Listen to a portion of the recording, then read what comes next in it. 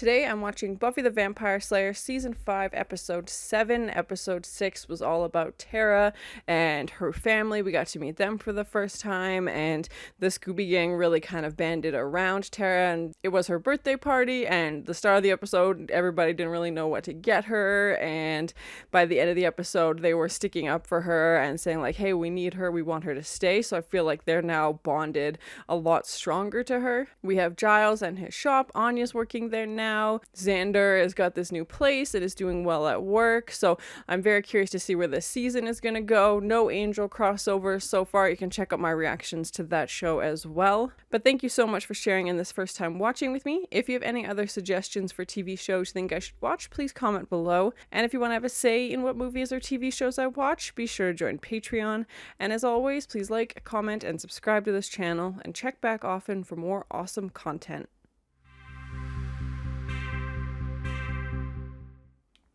The fast-growing field of personal grooming's come a long way since you became a vampire. Whoa! Oh, that would have been cool. Oh, what? Oh, no. Ow, she stabbed herself? Oh. Oh, that's not good. Oh, no, no, no, no, no. Don't take it out, don't take it out.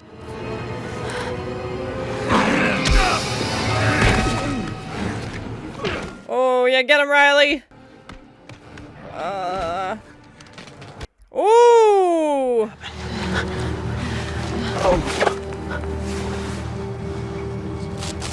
I don't like it when Buffy gets hurt. It's gonna be an Angel crossover. I just saw his name in the credits. Oh, yeah. Like a girl who can play a few hard hits. And Darla. Super vampire or something? No, he was the regular kind.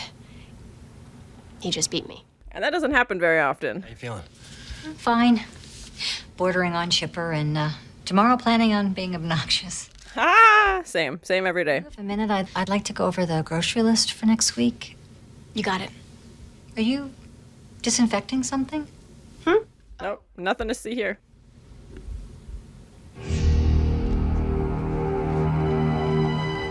Yeah, Dawn's obviously has other priorities that she doesn't know about, but yeah, Buffy's not gonna put her in danger.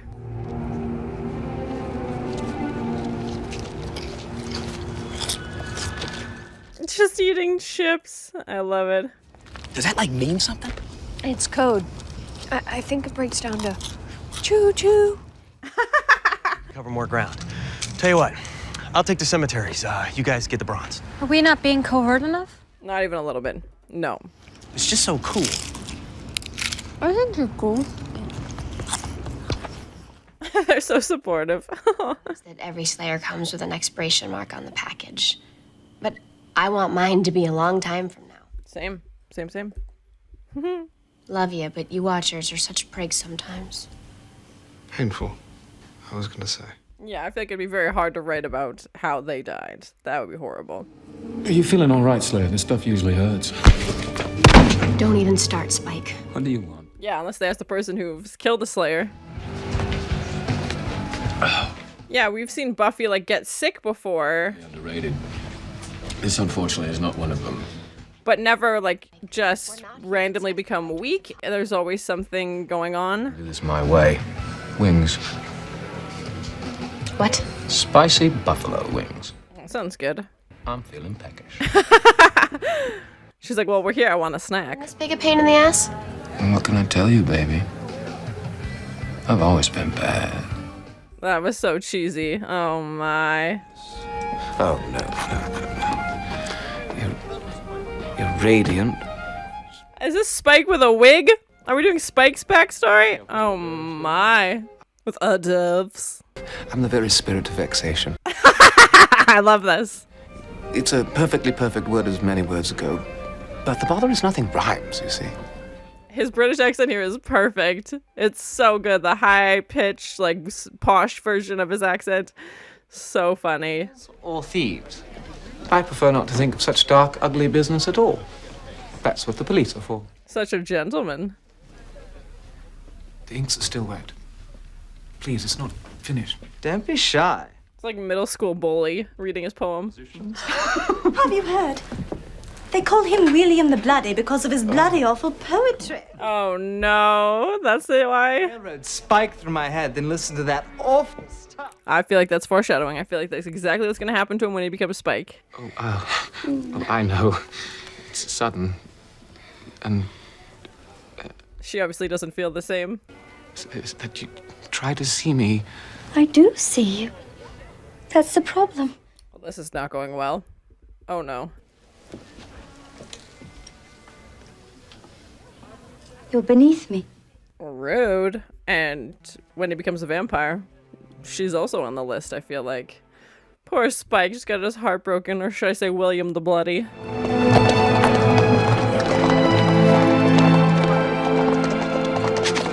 He's like, no one understands me and my poetry. Stomp, stomp, stomp, stomp, stomp. Catastrophe came crashing down from heaven and brought this dashing stranger. And enter Drusilla, Nothing. who would just become a vampire, if I'm remembering correctly. It's enough. I've heard tales of London pickpockets.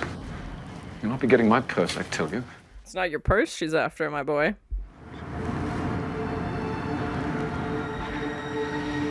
Do you want it? Don't know what you're doing, Spike. Yeah, you don't know what you're doing.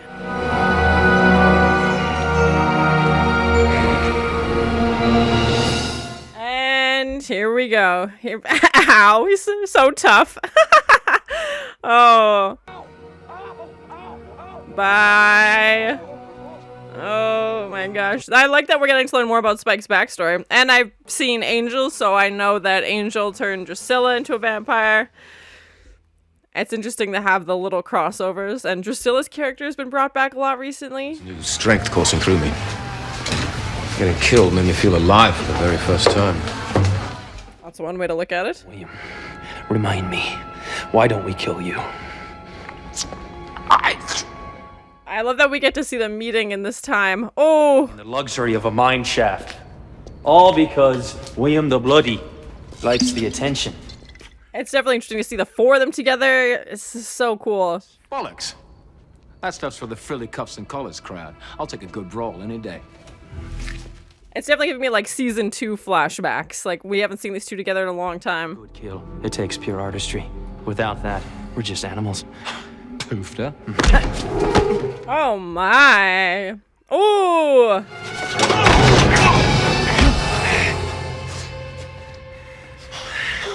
And they're just watching this whole time. Or the Slayer. What's a Slayer? And his education will begin. For her weapon.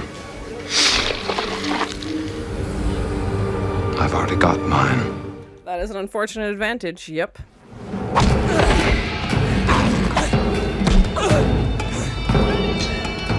And there's a wig and ponytail. Oh my gosh. Of course Spike would seek out the Slayer looking for trouble.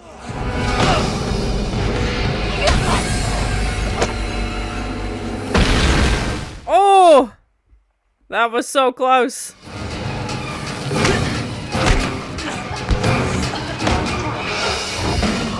Oh no!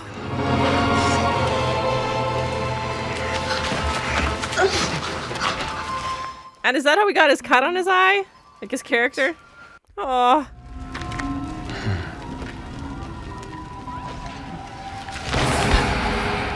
Oh my. Say, the blood of a Slayer is a powerful aphrodisiac. Oh my. Spike. Here now. Have a taste. Oh no. Oh my. And now we know Drusilla sired Spike as well.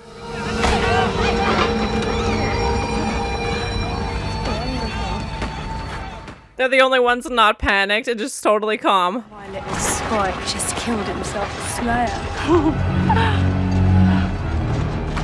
Angel's not impressed. Mate, well, you tell it one Slayer snuffs and another one rises. I figure there's a new chosen one getting old chosen as we speak.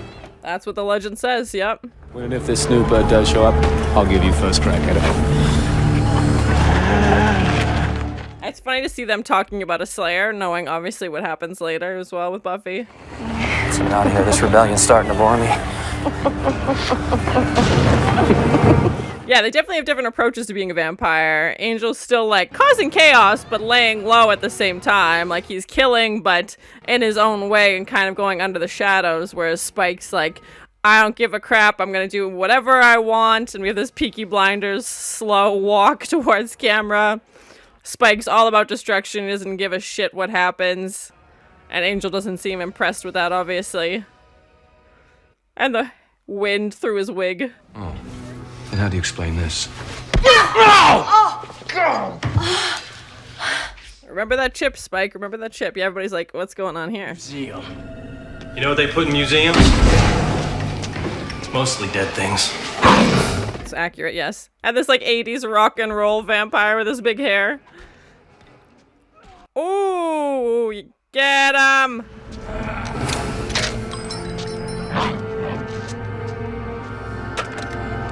Nice touch with the grenade. Alright, that'll work. Just gonna blow up this whole mausoleum. Yep, good night. Okay, then. We're like this.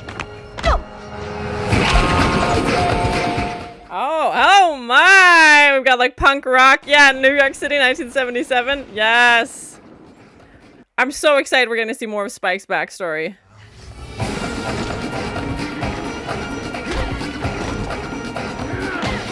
And how fun would that be for an actor to get to explore all these different styles and genres and periods? Like, you go from London to New York and, like, the 1800s to China, and now you're back in the States. Ooh. Oh! Yeah, that would hurt. This Sid Vicious knockoff.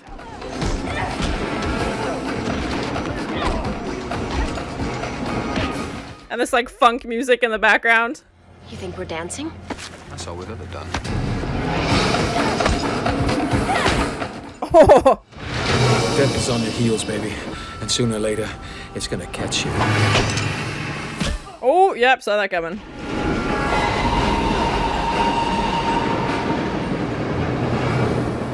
Oh, no.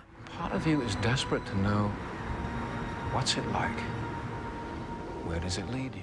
I don't like this foreshadowing. That's the secret. Not the punch she didn't throw, or the kick she didn't land. She merely wanted it. I don't think, no, what? As a death wish. Oh, God, that's horrible. Oh, no. Even you. No, no, no, no, no. And how they're cutting back and forth with him being, you know, in the same position, looking up and talking. Because you've got ties to the world. Mum, brat, kid, sister. Yeah, she's got reasons to fight for. They don't tie you here. And now he's stealing her coat? Sooner or later, you're gonna want it. This is the coat he's been wearing this whole time? I'll slip in. Have myself a real good day. This guy's a monster. I mean it. So do I. Give it me good, Buffy. Do it. Spike. No. No. What the? No. What the hell are you doing? Yeah. Come on. I can feel it, Slayer. You know you want to dance. No. No dancing. Say it's true. Say I do want to. What? What? She does? It wouldn't be you, Spike. Oh. It would never be you. Thank God for that. Can just avoid that mess. Here's your money, buddy. You're beneath me. Oh, you didn't know, but you just triggered his memories. You just triggered it. Oh, shoot. Or maybe she knows. He might have mentioned it earlier. But either way, great timing with the writing.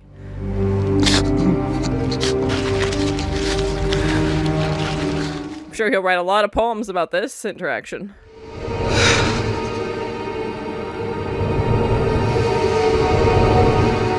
Well, now you've pissed him off. Yep. So, there's 6 bloody feet beneath me. Now he's gone back to being in love with her to just gonna kill her. Yeah. A word about the bloody Slayer since we left California. She's on the other side of the planet, Drew. But you're lying. Oh, this must be the end of season 2.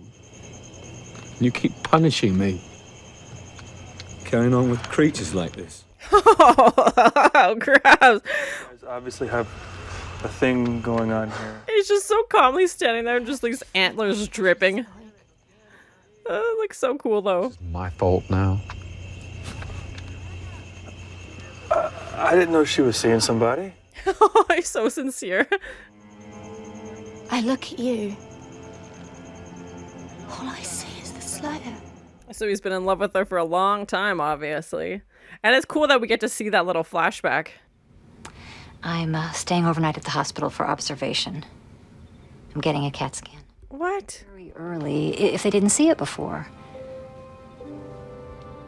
I'm gonna be fine.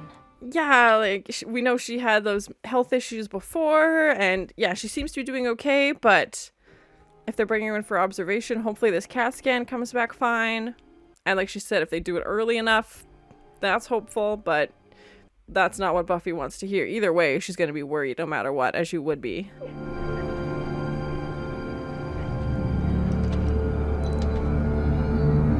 And Spike's going to walk in just as this moment as she's being so vulnerable and crying to herself outside.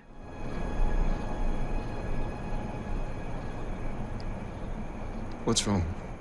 Oh, Spike, you big softy. I don't want to talk about it. And now he's had a change of plans, obviously. He's gone from angry to concerned.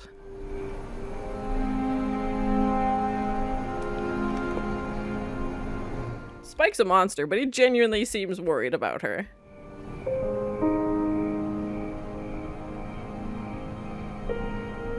He just sits there with her. Aww. So that was my first time watching Buffy the Vampire Slayer Season 5, Episode 7.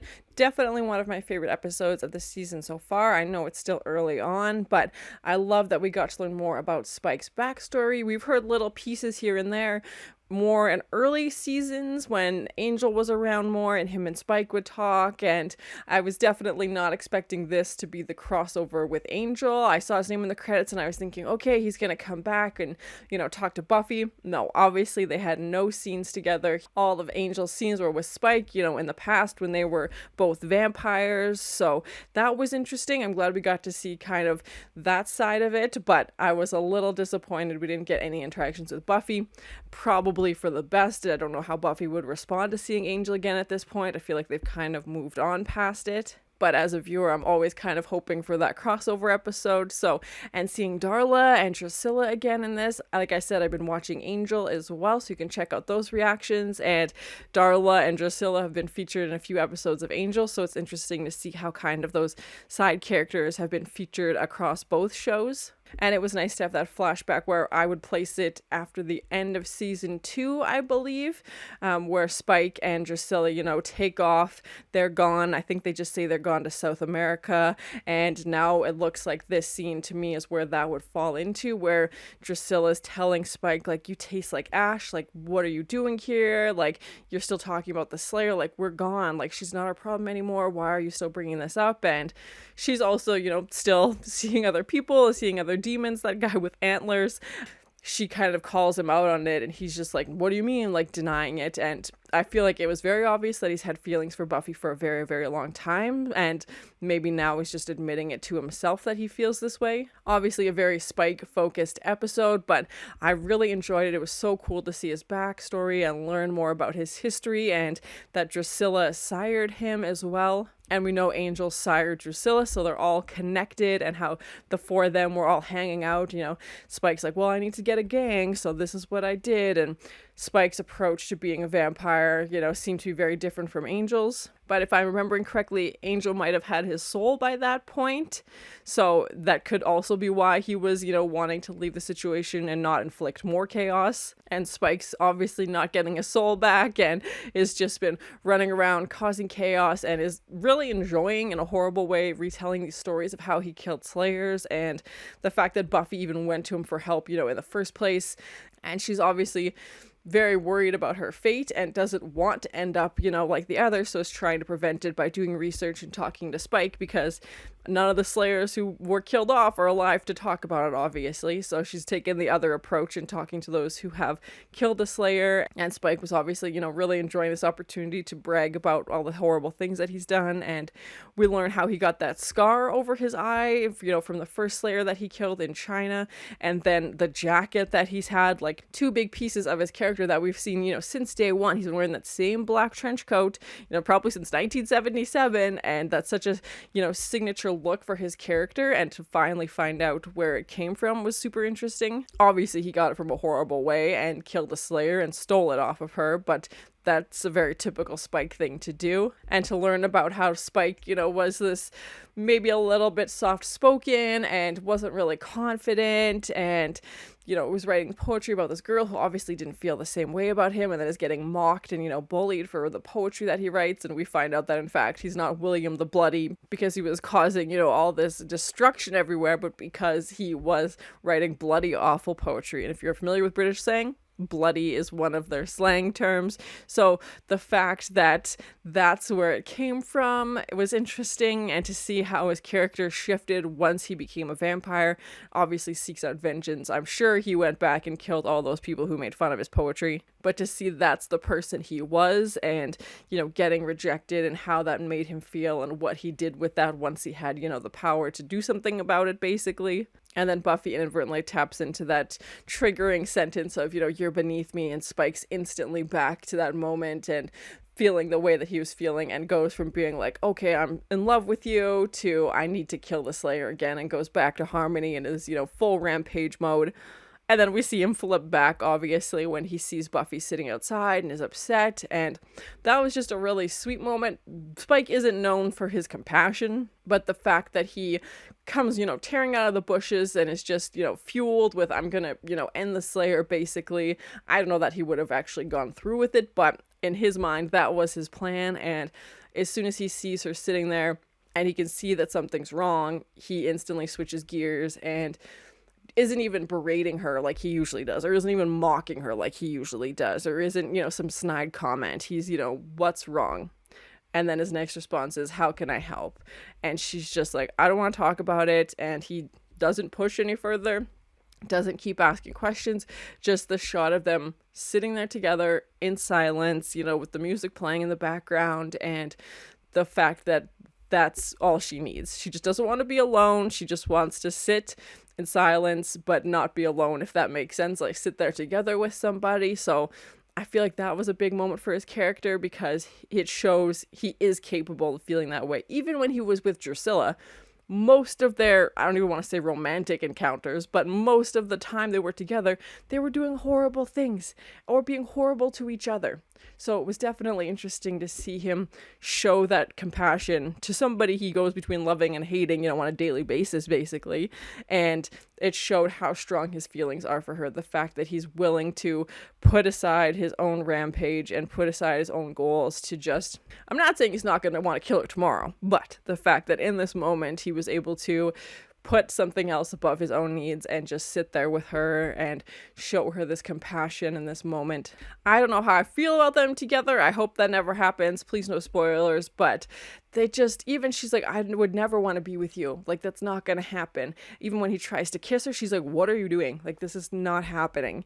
And maybe her mind will change after this. I don't know. I don't want to go down that rabbit hole, but again, I feel like it shows how much he truly cares about her. It's not just a fling. It's not just a whim. He's been having these feelings for a long time, and now he's finally getting a chance to not necessarily act on them, but maybe start being nicer to her, at least, at the very least. Typically, Spike cares about himself and nothing else, so it was interesting to see him act this way towards Buffy, and I hope Joyce is okay. It's a little cautious. At first, she was just packing, and I was like, she doesn't really travel for work, so where would she be going? But then we find out, obviously, she's going to the hospital, and kind of been on the back burner for a little while, because obviously we know she had that medical issues a few episodes ago, but obviously the hospital, or she's been going in for tests and not telling anybody. And Buffy did the same thing. When she's injured, she's hiding it from her mom so that her mom doesn't worry. So I definitely feel like her mom was hiding things from Buffy so that Buffy wouldn't worry.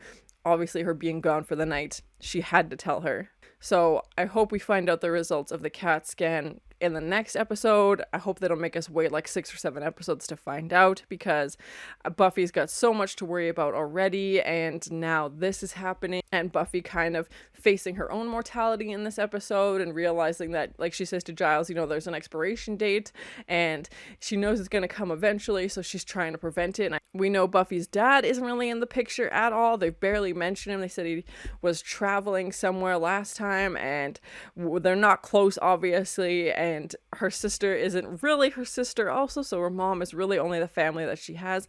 I know she thinks of Dawn like a sister now, but you know what I mean. The Scooby Gang wasn't in this episode much. Riley was in a few scenes. Obviously, he saved Buffy from that vampire attack at the beginning, and obviously threw a grenade into that mausoleum and killed all the vampires. But definitely a more Buffy and Spike focused episode, and like I said, I really enjoyed learning about Spike's backstory. We've definitely seen it a lot in Angel, where they do those flashbacks to, you know, previous escapades he had as a vampire, so it was interesting to see Spike get that storyline and learn more about his past. Overall, I thought it was a really great episode. It brings a new level to Spike's character now that we know these things about him, that he was kind of this outsider in society and was being bullied and didn't really fit in. It was kind of quiet and shy and, you know, was saying ow, ow, ow, basically, when Drusilla's turning him into a vampire. And obviously we learn where he gets the coat from and his scar and all these defining elements about his character. And the way that they wove it into Buffy's storyline as well felt organic. It didn't feel forced. It felt like this was something she would do. And then this is how we learned about Spike. It wasn't like, oh, here's a random episode about Spike that has no correlation to anything else. You know, sometimes when they have those backstory episodes, it just kind of seems random and out of place, but I thought they did a good job of including Buffy and obviously having Buffy and Spike have a lot of scenes together. It's very rarely that we see Buffy get hurt. We've seen her be sick before, or like something has happened, you know, supernaturally and her powers are weakened, but the fact that she just got attacked and stabbed with her own stake, basically, and even when he asked, like, oh, this was a super vampire, she's like, no, it was just a regular vampire, so I hope that's not foreshadowing anything, that Buffy is somehow getting weaker. And she said several times, like, I'm in the best physical shape of my life. Honestly, I think it's more mental. I think she's distracted right now with everything else going on. It was great to see Drusilla and Darla and Angel back in this episode, and cool to have them all, you know, in the past when they were vampires and kind of their early days together as a group. Especially compared to the last episode, I feel like this episode is so much stronger, so I'm hoping this season continues on that trajectory and we just have another great episode. Please, no spoilers, but thank you so much for sharing on this first time watching with me. If you have any other suggestions for TV shows you think I should watch, please comment below. And as always, please like, comment, and subscribe to this channel, and check back often for more awesome content. Just eating chips. She's like, well, we're here, I want a snack. And the wind through his wig. Just gonna blow up this whole mausoleum, yep. He's like, no one understands me and my poetry. Stomp, stomp, stomp, stomp, stomp. It's not your purse she's after, my boy. I'm sure he'll write a lot of poems about this interaction. This Sid Vicious knockoff. And now he's stealing her coat.